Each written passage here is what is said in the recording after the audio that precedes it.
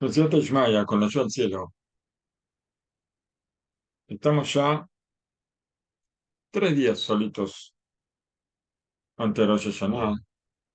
Y la pregunta puede ser de qué nos reímos, ¿no es cierto? Es el día del juicio, Rosh Hashanah. Pero bueno, ya lo vamos a ver.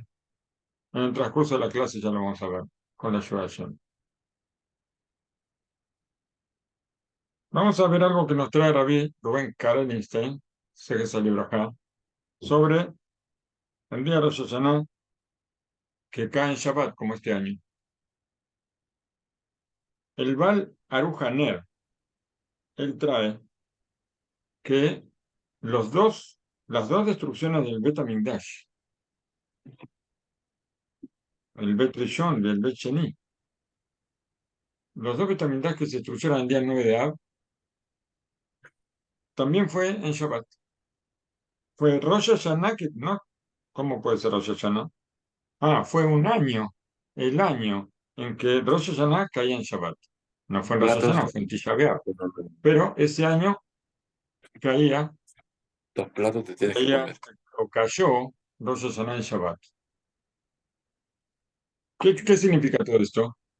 Una tarjeta 1200, Que, que no parece muy bien. porque No parece muy depositarme bien, no parece muy bien, o no es una buena señal que Rosh Hashanah caiga en Shabbat. Y así dijeron nuestros sabios en el tratado de Rosh Hashanah, Kol Shana She'en Tokim la Bitchilata Meriim la Besofá. No es bonito lo que dice la Gemara. Dice, todo año en que no se toca el shofar al comienzo, o sea, el primer día, que como en este año, no vamos a tocar el shofar el primer día, porque es Shabbat. Vamos a tocar el shofar solamente el segundo día. Cuando al principio no se toca el shofar, no se amarga el final del año. Tal vez fue eso lo que pasó cuando se destruyó el Betamildash, pero yo escuché que cuando había Betamildash sí se tocaba el shofar en los Hashanah. Quiere decir que sí se tocó, supuestamente. Bueno, por otro lado, el Aruj Haner, que es el que está hablando, eh, ¿qué nos dice? Que en el año en que los hijos de Israel entraron a la tierra de Israel, también Rosh Hashanah cayó en Shabbat. Y el perdón por el pecado del becerro también fue en el año que Rosh Hashanah cayó en Shabbat. Quiere decir que por este lado tenemos que, sí es bueno, pero Rosh Hashanah cayó en Shabbat. ¿Cómo es esto entonces? Tenemos por un lado cosas buenas, por otro lado cosas no buenas. Y nos trae un ejemplo.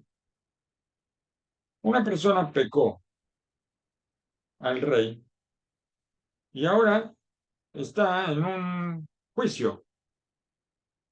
Lo ponen a juicio, un juicio donde él no sabe qué va a pasar. ¿Por qué? Porque puede ser que lo vayan a condenar a que lo cuelguen de la horca. De paso, no había ningún, ningún abogado que acepte defenderlo. ¿Por qué? Porque él pecó contra el rey. Pues un abogado que defienda a una persona que pecó contra el rey también no está bien vista por el rey.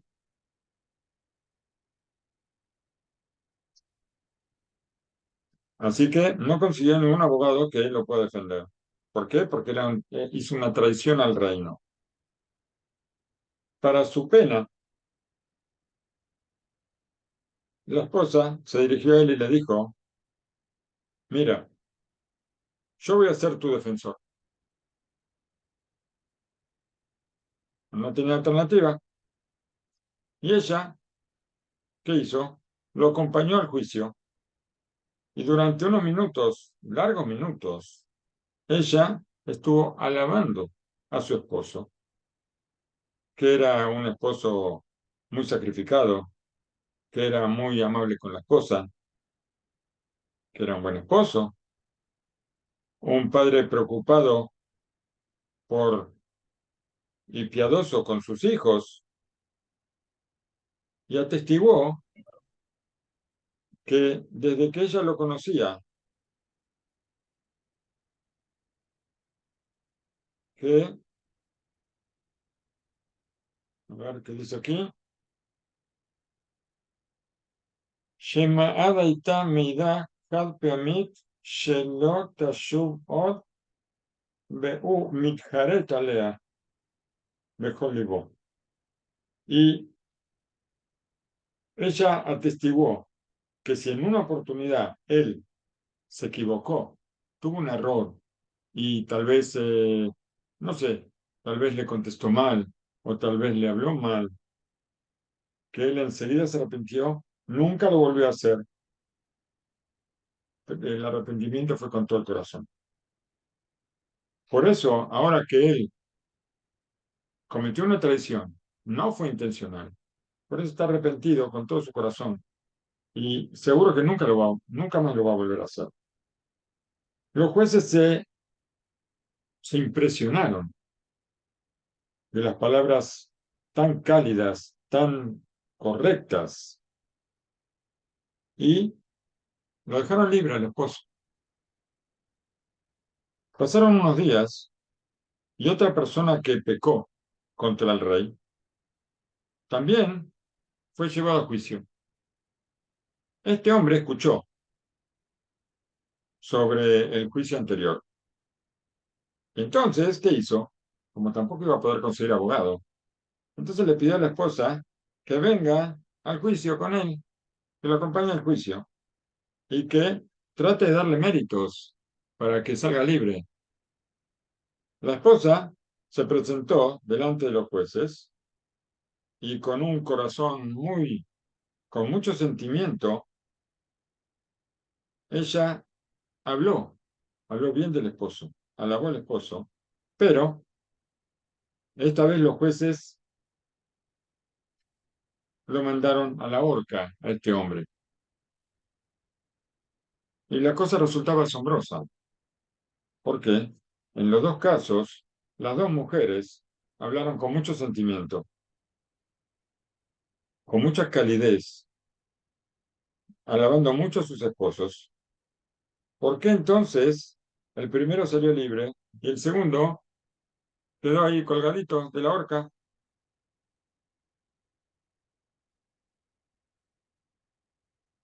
El protocolo, ya en esas épocas había protocolo. El protocolo que hicieron ahí así se dice protocolo, no tengo ni idea, pero creo que una vez escuché el protocolo que hicieron ahí en el juzgado, nos da la respuesta. La segunda mujer fue al juzgado con con un yeso en la mano, con la mano enyesada. ¿Qué había pasado? El marido era un hombre peligroso y que acostumbraba a golpearla de vez en cuando. Y ella se presentó en el juicio para atestiguar. ¿Por qué? Porque tenía miedo de lo que podía pasarle si no trataba de defender a su esposo. Si ella no hacía un buen trabajo, el esposo podía pegarle sin piedad. Y ella sabía muy bien que si no lloraba ahí en el juzgado, si no lloraba durante media hora en el juzgado, iba a tener que llorar 5 horas en la casa. Así que era preferible hacer una buena defensa. El Shabbat en la creación, en los días de la creación, el Shabbat se quejó con Hashem. Dijo, todos los días tienen pareja. El domingo es la pareja del lunes, Yom Rishon, Yom Sheni, primer día, segundo día. El tercer día, el martes, es la pareja del miércoles. tercer día y cuarto día. El jueves es la pareja del viernes, quinto día y sexto día. Shabbat dijo, ¿y cuál es mi pareja? No tengo pareja. Akadosh Baruj Hu le dijo, no te preocupes, la congregación de Israel va a ser tu pareja. Por eso, Shabbat es la pareja de la congregación de Israel, como dijeron nuestros sabios en el Midrash, que estudió Rabbi Shimon Ben Yochai, que estudió lo que acabo de decirles. Ay, no lo había leído. Lo que acabo de decirles lo estudió Rabbi Shimon Ben Yochai. Que Shabbat le dijo a Akadosh Baruj Hu que todos tienen pareja y yo no. Y Akadosh Baruj Hu le dijo, la congregación de Israel va a ser tu pareja. Shabbat, entonces, le puede enseñar a la congregación de Israel, puede ser el defensor, así como este hombre que se salvó tuvo, tuvo la esposa como defensora y lo salvó. El Shabbat puede ser nuestra defensora, pues Shabbat es en femenino, nosotros decimos Shabbat Amalcá, la reina Shabbat. Puede ser que nosotros, cuando traducimos al español, decimos el Shabbat, así decimos todos, que tengas un buen Shabbat, pero habría que decir que tengas una buena Shabbat. Tendríamos que decir la Shabbat, pero no sale decirlo en masculino. Pero en realidad Shabbat es Shabbat Amalcá, no Shabbat, no el rey Shabbat, sino la reina Shabbat. Entonces, em, cuando nosotros necesitamos un defensor, el Shabbat puede salir en nuestra defensa, por eso tiene una categoría muy alta el año en que Rosh Hashanah cae en Shabbat. ¿Por qué? No sé si lo voy a decir ahora, pero normalmente en Rosh Hashanah nuestro primer defensor es el shofar. Y cuando, como este año, cae Shabbat en Rosh Hashanah, nos falta el defensor, nos falta el shofar el primer día. Por eso viene Shabbat a defendernos, con todos los méritos que trae el Shabbat y con todos los méritos que traen todos los Shabbatot que cumplimos durante el año. Y si no los cumplimos tan bien, bueno, comprometernos para el año próximo y que el Shabbat le diga a Kosh Baruj Hu, mira, esta judía no cumplieron bien el Shabbat este año, pero Baruch Hashem están estudiando leyes del Shabbat que estudiamos todos los días, y entonces van a cumplir mejor con tu ayuda. Y esto va a traer méritos, y por supuesto, sabemos que el Shabbat es la fuente de la bendición. Entonces, si nosotros queremos bendición, empecemos por el Shabbat.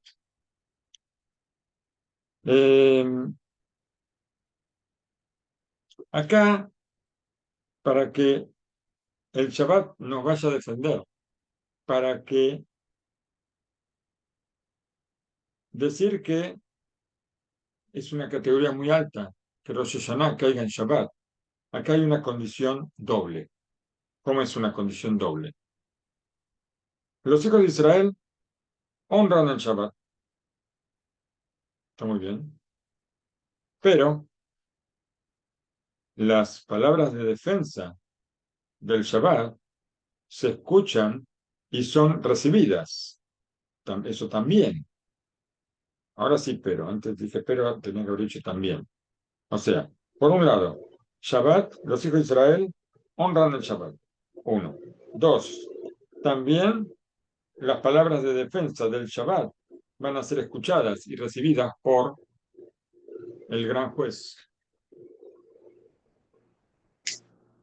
Pero, si los hijos de Israel no honran el Shabbat, entonces la defensa no va a tener ningún valor y las palabras no van a ser escuchadas. Esa es la condición doble.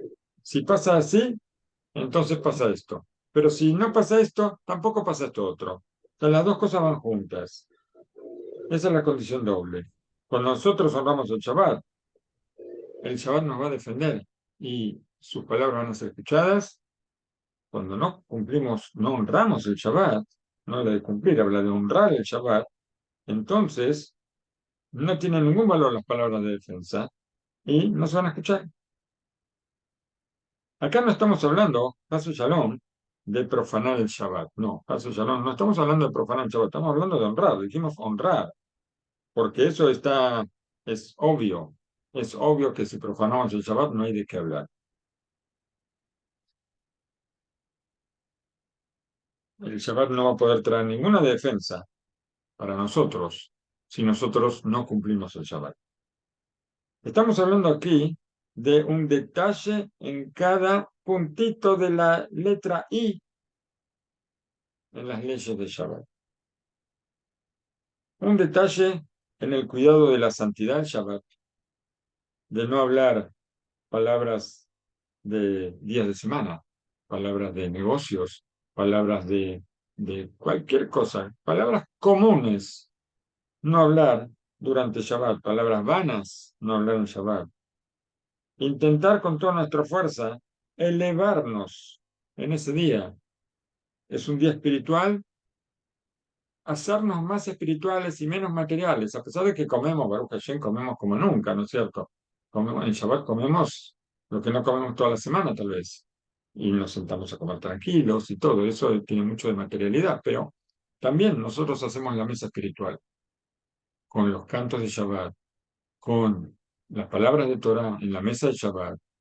Todo eso eleva, saca la materialidad y nos trae espiritualidad.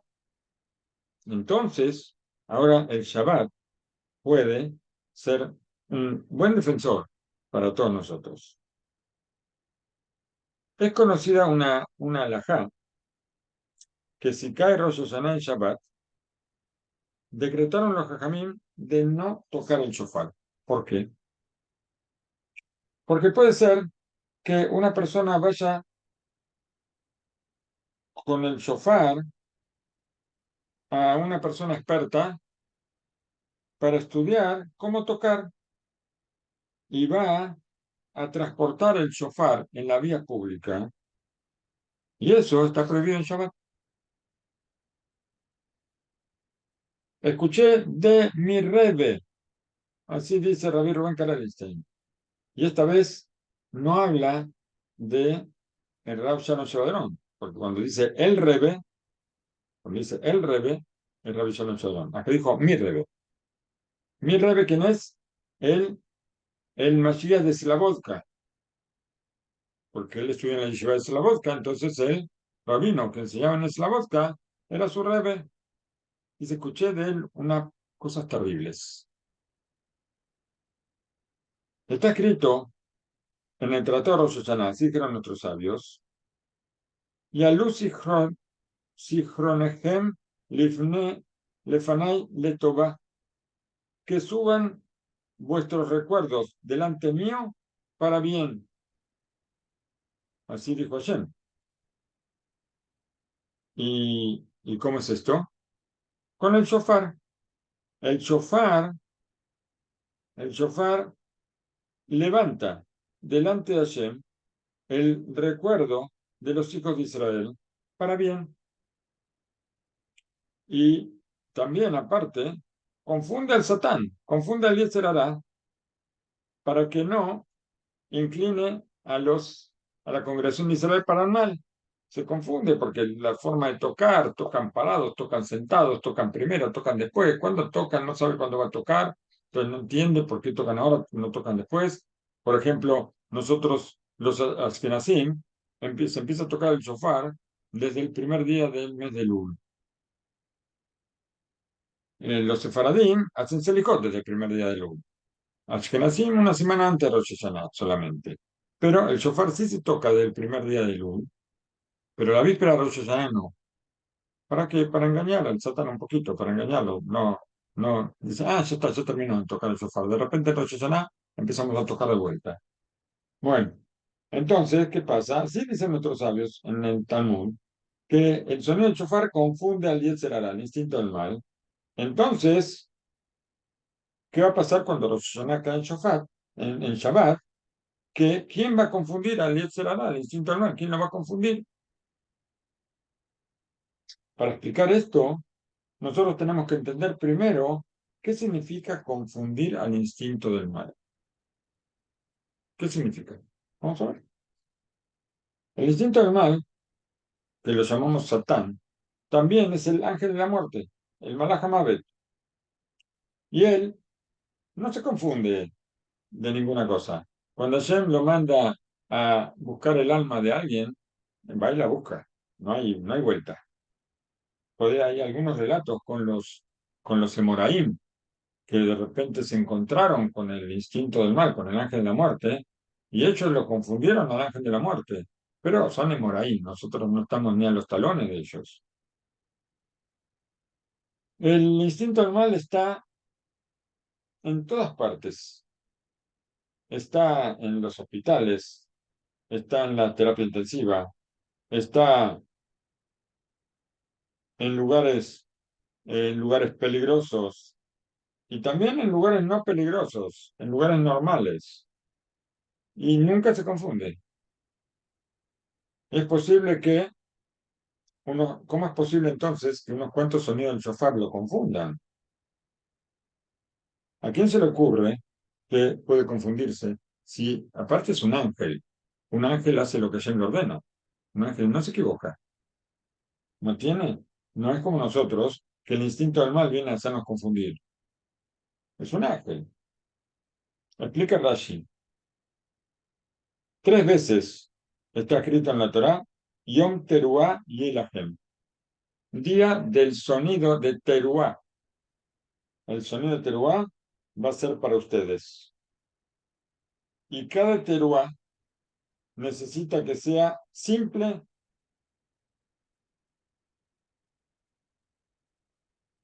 Sheteye peshutá lefanea u peshutá ajarea. Tiene que ser simple al principio y simple al final. Que eso debe ser la tequía, que la tequía es el sonido simple. Porque la teruá no es un sonido simple, sino que es un sonido que, vamos a ver si lo explica, si no lo explica Carl Karenstein, voy a decirlo de lo que escuché de Rav Rosenblum. Entonces, nosotros nos paramos y hacemos 3 sonidos. Y así salimos de perdón, 30 sonidos, para salir de todas las opiniones. ¿Y por qué? ¿Cómo llegamos a 30? ¿Cómo hacemos para llegar a 30? Porque los sabios tuvieron duda qué es la teruá. La teruá puede ser shevarim o teruá o las dos cosas. Hay un señor que se llama shevarim, otro que se llama teruá, pero la teruá puede ser el shevarim o puede ser las dos cosas juntas. Uno es, uno es el, como el llanto de, em, como el quejido de una persona que está enferma y muy dolorida. ¿Cómo se queja una persona que está muy dolorida? A ver, ¿quién puede hacerme la obra de teatro y hacerme cómo se queja una persona que está muy dolorida?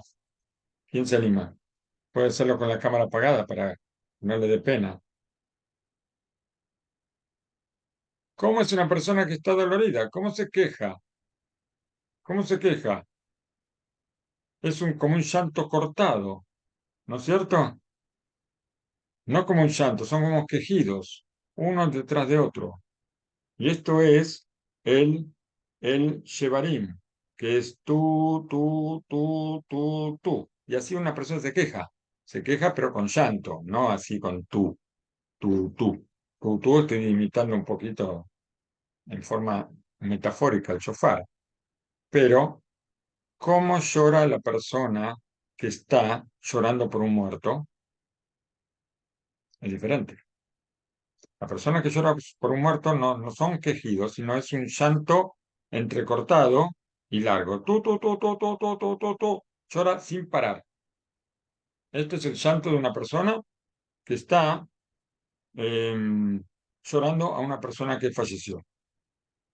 Ahora, es muy interesante que Hashem nos pide teruá. Hashem no quiere el sonido de la tequía.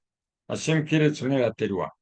O el llanto por un fallecido o el quejido de un enfermo. Es algo muy asombroso, ¿no es cierto? Que Hashem no quiera el sonido de una persona que se ríe a carcajadas. No, justamente o un llanto o un quejido.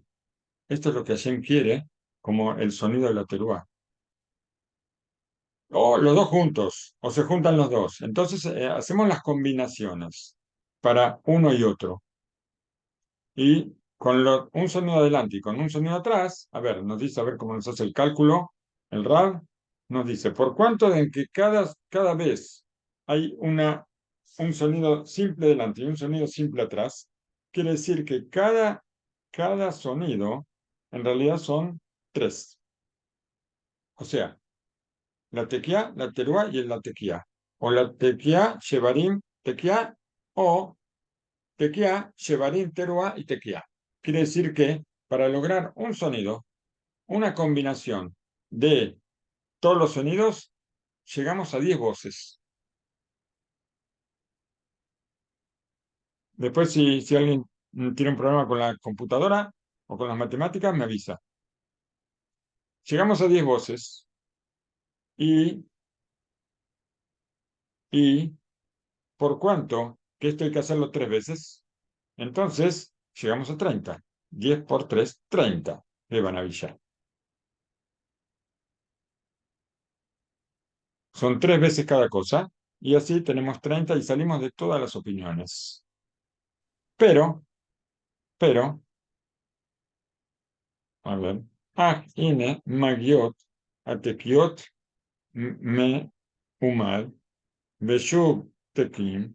Dice, hay diferencias entre Ashkenazim y Sefaradim, que algunos hacen parados, sentados, o antes de la midá, en medio de la midá, o después de la midá, o en el Kaddish al final, según las costumbres de cada uno, hacen determinadas veces, y en total, ¿a cuánto llegamos? Llegamos a 100, porque tenemos 3 veces de 30 y una vez de 10. Entonces, cuando el instinto animal ve que Israel tanto, tanto quiere los preceptos, porque tocan una vez, y tocan otra vez, y tocan otra vez. Hashem dijo toquen. Así, ¿por qué tocamos? Porque Hashem dijo toquen. Y nosotros tocamos una y otra vez, y una y otra vez. Y llegamos a las 100 voces. El instinto animal ve que tanto queremos los preceptos que tiene que cerrar la boca. No puede hablar, no puede decir nada. ¿Qué va a decir en contra nuestra si ve que tanto nos preocupamos por hacer los preceptos de Hashem? ¿Está muy bien? ¿Y qué pasa en Shabbat? En Shabbat no tocamos. En Shabbat, ¿cómo confundimos al instinto del mal? Vamos a ver. El instinto del mal está parado y él ve que no tocamos el shofar. En Rosh Hashanah no tocamos el shofar. Cada Shabbat no tocamos el shofar. Entonces ahora se asombra y pregunta ¿por qué? ¿Por qué? Él está esperando que toquemos el shofar, no para confundirse, para ver si puede hacer algo. Pero cuando tocamos 100 veces ya no tiene lo que hacer. Pero ahora está esperando que empecemos a tocar. Y no tocamos. El pueblo de Israel ahora está en juicio, en lo más, vamos a decir, en el punto más alto del juicio, y, y,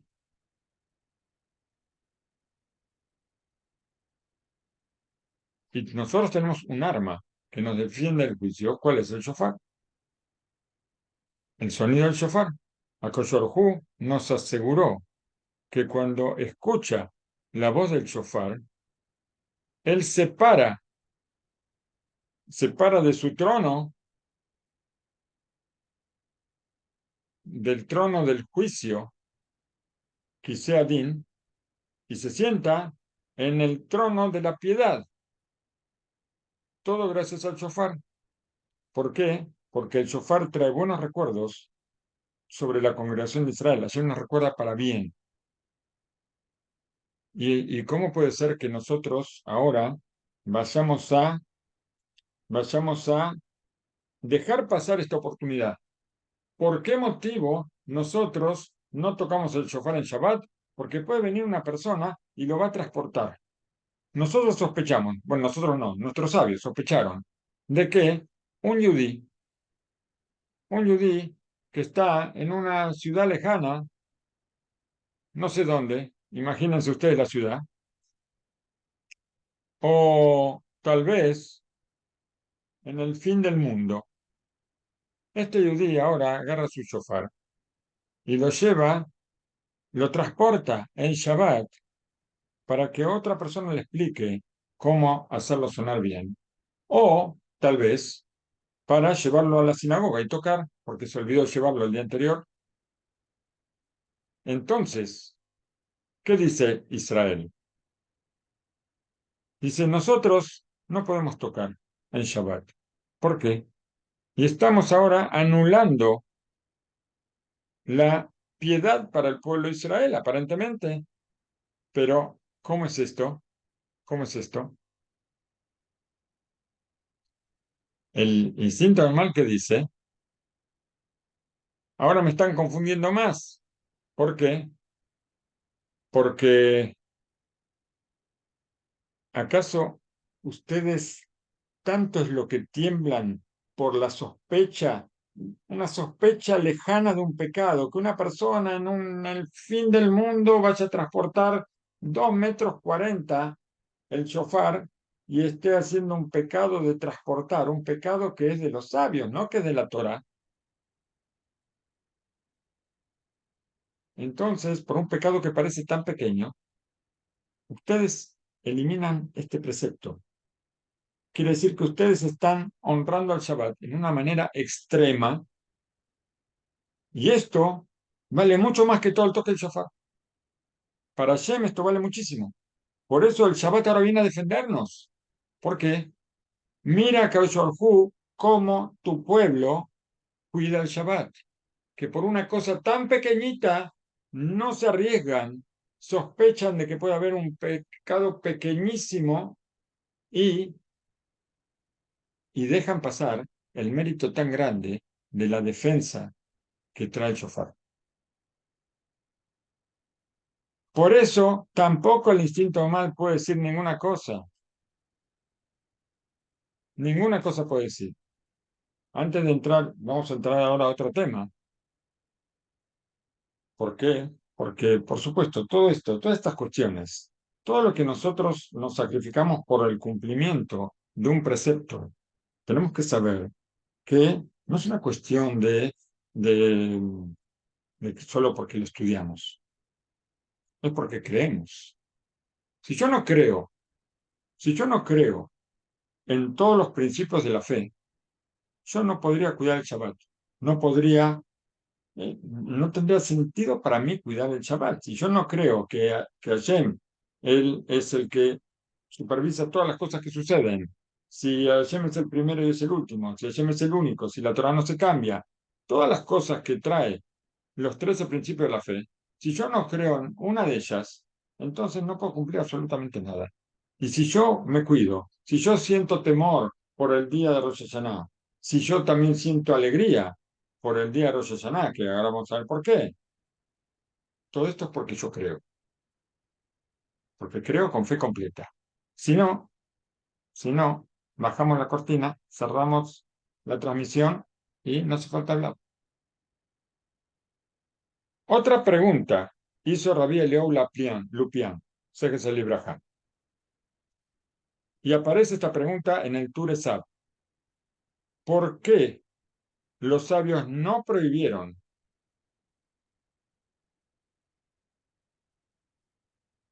el toque del shofar en Rosh Hashanah? También cuando no cae en Shabbat. A ver, ¿por qué yo puedo sospechar de que esté prohibido tocar el shofar cuando no es Shabbat? No entiendo. A ver, lo voy a explicar. Veré Yeshna Gesera, Beyond Tov, Shelo Litkoa, Shema, Itaken Kelishir. Hay una prohibición de tocar instrumentos musicales en Shabbat. ¿Por qué? Y en Yom Tov también. Porque si se me rompe una cuerda de la guitarra, o del violín, o del violonchelo, o de lo que sea, la voy a arreglar. No la voy a arreglar. Yo estudié que no se puede arreglar. Pero puede ser que una persona se equivoque y intente arreglar. cuando el instrumento falla. Entonces, así como los sabios decretaron en Shabbat de no tocar el shofar por si yo lo voy a transportar 2,40 metros, o sea, Arba Amot, 4 codos, en el espacio público, entonces ellos también tenían que haber decretado que en el día Yom Tov, cuando cae día de semana, tampoco tocar el shofar porque puede ser que yo lo vaya a reparar. Contestó el Turesab. Turesab es de los, no sé si es de la Rishonim, no sé, a ver.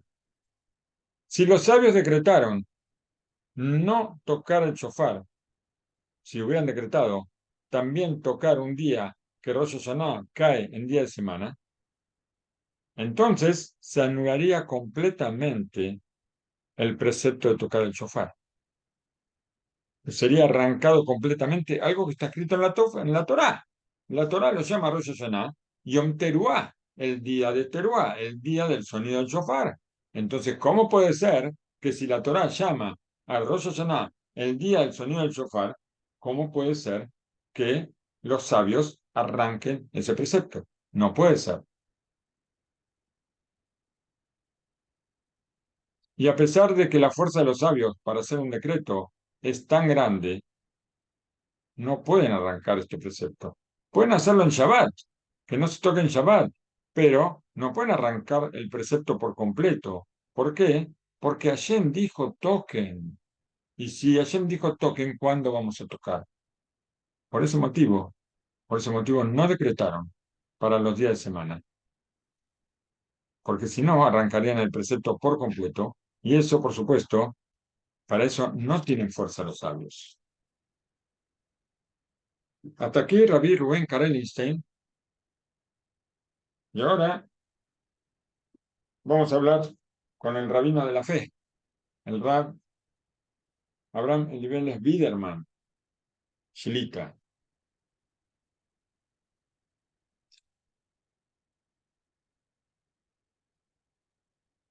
Está escrito en Teilim, y a ver si alguno me lo busca y me lo escribe en el chat la traducción exacta, porque yo la traducción exacta nunca la sé.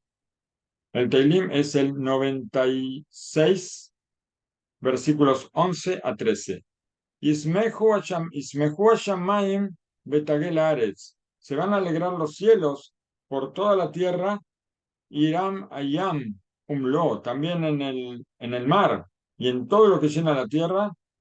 Y al Yasur Shedei Lejol Asherbo, todos van a ver la alegría de los cielos. Livne Hashem, delante de Hashem, porque viene Hashem a juzgar en la tierra. Puede ser que algunas cosas no las dije bien, pero se entiende más o menos lo que quiere decir. De acá nos dice Rabenu Ameiri en el Midrash, no en Midrash, en Alajot, que el precepto de la alegría existe, está presente el día de Rosh Hashanah, porque Hashem viene a juzgar en la tierra, viene Hashem, tenemos que recibir al rey. Nosotros tenemos el mérito de recibir, salir al encuentro del rey. Es conocido, un ejemplo que dio el Jafetz Haim, Sexta Libraja. Una vez envió el emperador Nicolai, Máximo Sikro, a él sí podemos decir que se borra su nombre y su recuerdo, envió un mensaje a todas, o sea, de la casa del Palacio Real a todas las ciudades de Rusia, que el rey en el futuro iba a presentarse en tal y tal y tal y tal lugar, tal día, tal día, tal día. Él iba a hacer una recorrida el gran país, Rusia, iba a recorrer varias ciudades, varios pueblos, y ellos tenían que estar preparados para ese día, para ese momento, para recibir al emperador. Este recibimiento, el primer lugar donde iba a pasar el emperador, era la ciudad del reino, donde estaba el Palacio Real que era Petersburg. Petersburg. Y que toda la ciudad iba a salir a honrar al rey como correspondía. Después iban a recibir al rey en Moscú, me equivoqué, dije, porque como en hebreo se dice Moscova, entonces no sabía cómo lo iba a decir, Moscú, y ahí también se iba a hacer una cosa muy honorable para recibir al rey, al emperador, pero ya era menor, de menor grado que lo que sucedía en la ciudad real. Y así cada ciudad y ciudad fue haciendo un acto para recibir al rey.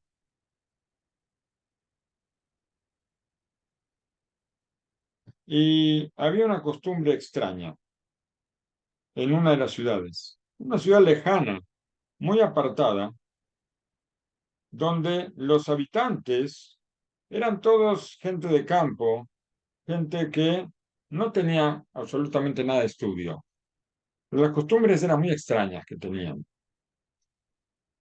A cada visitante que llegaba a su ciudad, lo recibían con un recibimiento muy especial. ¿Cuál era? Todos le tiraban piedras al visitante que llegaba. Por eso, cuando recibieron el mensaje, el gobernador recibió el mensaje de que, de que el emperador se iba a presentar en esa ciudad, entonces él estaba muy asustado. ¿Qué iba a pasar con el rey? ¿Qué va a pasar con el emperador?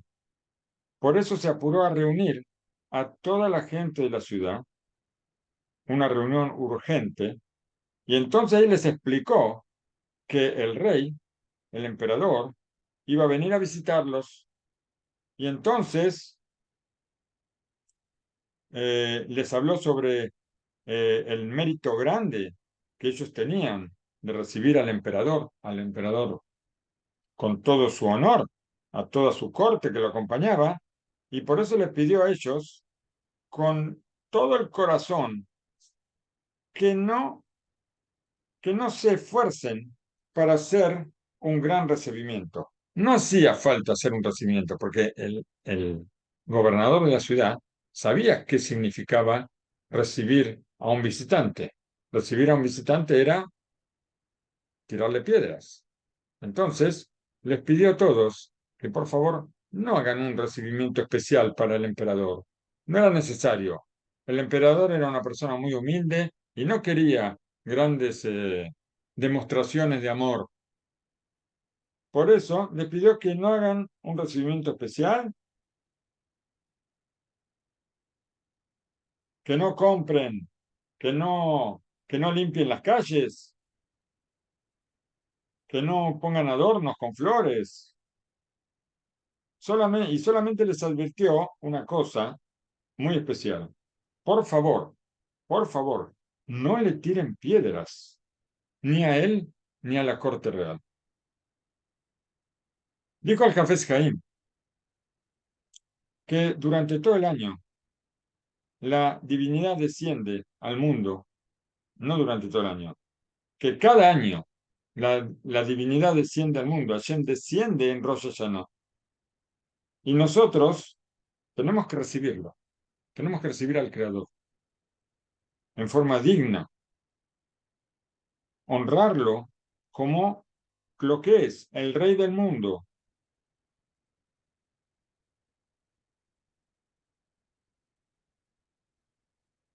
Y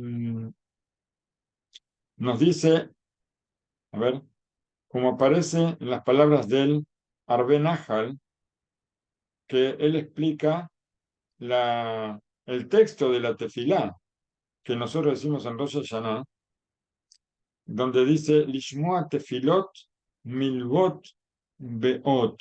¿Qué es esto? Como que Akadosh Baruj Hu se adelanta y él viene hacia los hijos de Israel a hacer tefilá con nosotros. Y nuestros patriarcas, los Avot Kedoshim, que ellos son los que transportan en forma metafórica, es difícil para nosotros imaginar ellos son los que llevan el carruaje, así está escrito, son las patas de la Merkabá, como diciendo que ellos sostienen cada extremo del carruaje. Son tres, Abraham, Isaac y Jacob, y el cuarto extremo lo lleva David Amelech. Ellos son un ejemplo de lo que hubiera sido el recibimiento. Todo, por supuesto, sin comparación, pero como recibían al emperador en la ciudad real, en Petersburgo.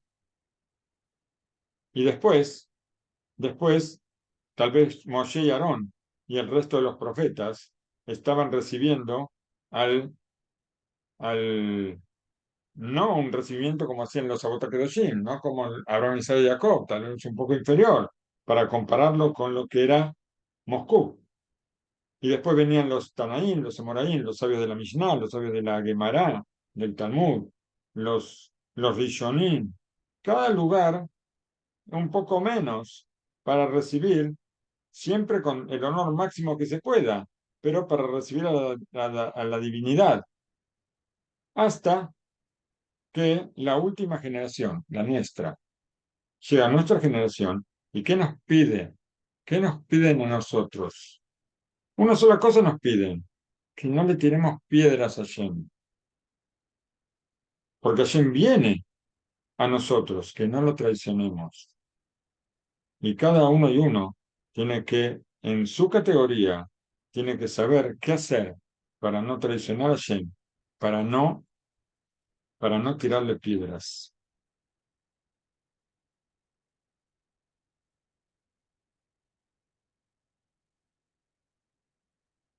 Nosotros dijimos que el, el día de Rosh Hashanah es un día de alegría. ¿Por qué? Porque el rey viene hacia nosotros. Preguntaron, una pregunta muy grande, hicieron nuestros sabios. ¿Cómo nosotros podemos hacer para estar con alegría y con temor también las dos cosas juntas? ¿Por qué? Es el día del juicio. Nosotros, ¿qué decimos en el Tefilá de Rosh Hashanah? En este día se decreta quién va a vivir, quién va a morir, quién va a vivir más tiempo, quién va a morir antes de tiempo, quién va a tener riqueza, quién va a tener pobreza, quién, todo se decreta en este día. Entonces, esto nos trae miedo, ¿cierto? Un temor, es un juicio. Nadie va a un juicio, entra todo así, acá estoy, empiezan a fotografiarlo, están los periodistas y le sonríe a todos, pues se presenta a juicio. Nadie hace eso. Venimos a un juicio, venimos con seriedad. Buscamos saber dónde está el abogado para que nos defienda, si está bien, si es una persona decente, que no esté borracho ni nada, nos tiene que defender. Por otro lado, decimos que Hashem, tenemos el mérito tan grande de que Hashem viene a nosotros, que Hashem cambia el trono de la justicia por el trono de la piedad. Esto nos trae alegría. También el hecho de que Hashem juzgue y que sabemos que el juicio de Hashem no va a ser un juicio todo de acuerdo a cómo nosotros juzgamos a las personas. Eso tenemos que saber. Si nosotros somos buenos con la gente, Hashem va a ser bueno con nosotros. Si nosotros no somos meticulosos con la gente, Hashem no va a ser meticuloso con nosotros. Entonces, estamos seguros de que nosotros nos portamos bien con todos, que somos buenos con todo el mundo. Entonces, Hashem va a ser bueno con nosotros. Y entonces eso es nuestra alegría. Pero ¿cómo? Por un lado tenemos el temor. Entonces, ¿cómo hacemos las dos cosas juntas? Nos dice Rabbi Biderman. En verdad, no hay ninguna contradicción. Para nada. Y lo vamos a ver de las palabras de Rabenu Yonah en el Tratado de Brajot. Así dicen nuestros sabios. A pesar de que, junto a las personas, el temor y la alegría parecen ser cosas contrarias, en el momento en que la persona siente temor de otra persona, él empieza a temblar y empieza a preocuparse. Pero Akadosh Baruj Hu no es así. Todo lo contrario. Cuando una persona piensa en la grandeza y siente temor por frente a Hashem, se alegra, se alegra y lo engrandece con ese mismo temor. Es difícil de entender. ¿Por qué? Porque por medio de ese despertar va a cumplir los preceptos. Y esto le va a traer alegría al cumplir los preceptos.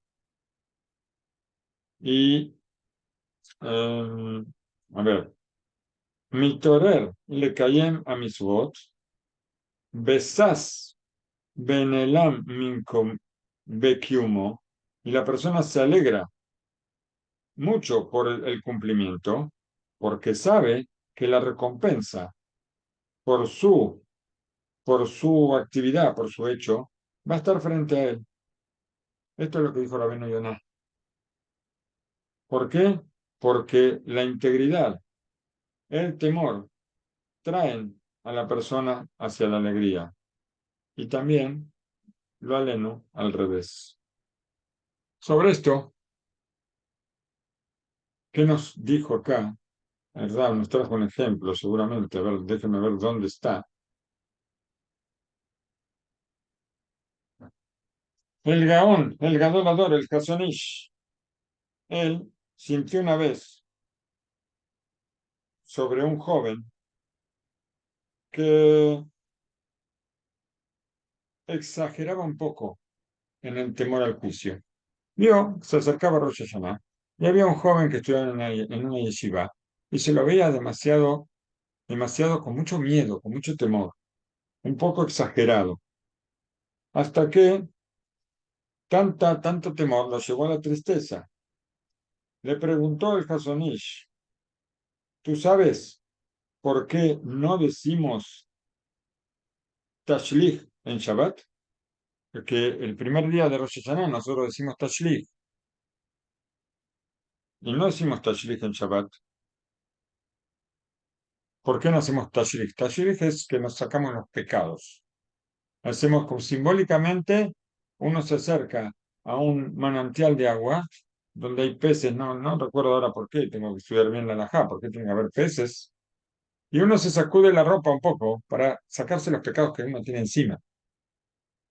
¿Por qué no hacemos Tashlich en Shabbat? El joven contestó lo que contestó, no me trae aquí lo que contestó, le dijo el Hasonish, Leja Asur Lomar Tashlich ki eneja margish et abonoteja ki masaka ved al ketefar. Dice, tú no puedes, tienes prohibido hacer la tefilá de Tashlich. ¿Por qué? Porque tú sientes que tus pecados son una carga muy pesada sobre tus hombros. Entonces, que se te cuando salgas para decir el Tashlich, ahora tú vas a tener que ir fuera, salir afuera en Shabbat y nirgarujo shel abajur. Salir fuera de sí en Shabbat. Va a tener que estar fuera de sí en Shabbat. ¿Por qué? A ver, ¿por qué? Dijimos que en Shabbat no se dice Tashlich. Y ahora, Nimsa, que se tetse, le amirat Tashlich, areata over al Otsav Shabbat. Es como que está sacando algo en Shabbat. Dijimos que en Shabbat no se dice. Shalu Hasonish, o día, Atedá Madúa en Ombrim. ¿Por qué no decimos Tashlich en Shabbat? Y el joven contestó, le dijo el Hasonish que él tenía prohibido decir Tashlich en Shabbat, porque para él era una carga muy pesada, y entonces era como sacar algo al dominio público en Shabbat y transportarlo. El joven se calmó y entendió que la tristeza no es el temor al juicio, sino que hay que estar alegre, hay que estar con alegría. Y Otra cosa, dijo el Sfat Emet en nombre de Itzhak Avinu, que fue, ¿qué se dijo sobre Itzhak Avinu? ¿Por qué se llama Itzhak? Shok asa li Elohim. Sara Imeno dijo, Hashem me hizo una broma. Broma quiere decir, la palabra broma es shok. Por eso lo llamó Ishak. Porque Ishak, allá mimidat agebura beapajad. Justamente Ishak, ¿qué representa? Representa la fuerza del servicio a Hashem y el temor a Hashem. ¿Y cómo puede ser? El nombre, el nombre representa la alegría y él es el representante del temor. ¿Cómo es posible una cosa así? ¿Cómo puede ser que haya tenido ese nombre tan particular que muestra alegría y placer? Explicó, explicó ¿quién está hablando? El Sfat Emet de Gur, el Rebbe de Migur. Es posible decir que Afshel Ishak, Aitá Midat Airá, que también cuando Ishak tenía la cualidad del temor y del el temor al cielo y el miedo tal vez, también vamos a decir que eso no estaba a la vista en su rostro. En su rostro solamente se veía alegría, porque en verdad, en mi sheismach baolam, rak mi sheu ire Hashem leamito. No existe esta frase para ponerla en un cuadro. En verdad, no existe alegría en el mundo sino solamente para la persona que teme a Hashem en forma verdadera y que no tiene ningún temor por ninguna otra persona. Que tengan todos, que Tibá, Bejatimá Tobá, Shana Tobá, Umetuká, un año bueno y dulce para todos.